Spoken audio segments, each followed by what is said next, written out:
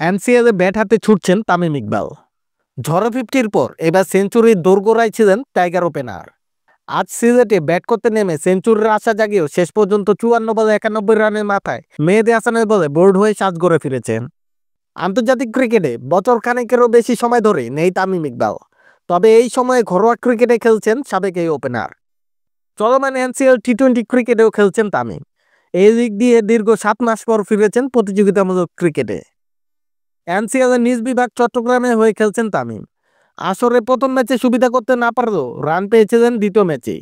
সিলেটের বিপক্ষে 33 বলে 65 রানের ইনিংস খেলে দলকে জেতানোর ম্যাচে ম্যাচ সেরা হয়েছিলেন এই অভিজ্ঞ ওপেনার। পরের ম্যাচে 21 রানের অপরাজিত ইনিংস খেলেন। আজ রোববার সিলেট আন্তর্জাতিক ক্রিকেট স্টেডিয়ামে এনসিএল এর চতুর্থ রাউন্ডের ম্যাচে বরিশালের বিভাগের মুখোমুখি হয়েছিল চট্টগ্রাম বিভাগ। টসে জিতে শুরুতে ব্যাটিংয়ে বেছে নেয় তামিমের দল। মাহমুদুল হাসান জয়কে নিয়ে 38 রানে উদ্বোধনী জুটি করেন তামিম। 16 বলে 22 রান করে জয় বিদায় নিলেও অন্য প্রান্তে টিকে থাকেন তামিম। 37 বলে অর্ধশতক পূর্ণ করে আরও আগ্রাসী মেজাজে ব্যাট চালাতে থাকেন সাবেক এই টাইগার অধিনায়ক। অর্ধশতক পূরণ করার পর 14 বলে করেন 41 রান। যদিও শেষ পর্যন্ত সেঞ্চুরির আক্ষেপ নিয়েই ফিরতে হয়েছে। ব্যক্তিগত 91 রানে সরাসরি বোল্ড হয়ে সাজঘরে ফিরে গেছেন। 7টি 4 ও 6টি ছক্কায় সাজানো ছিল তামিমের ইনিংসটি। স্ট্রাইক রেট ছিল 168.52।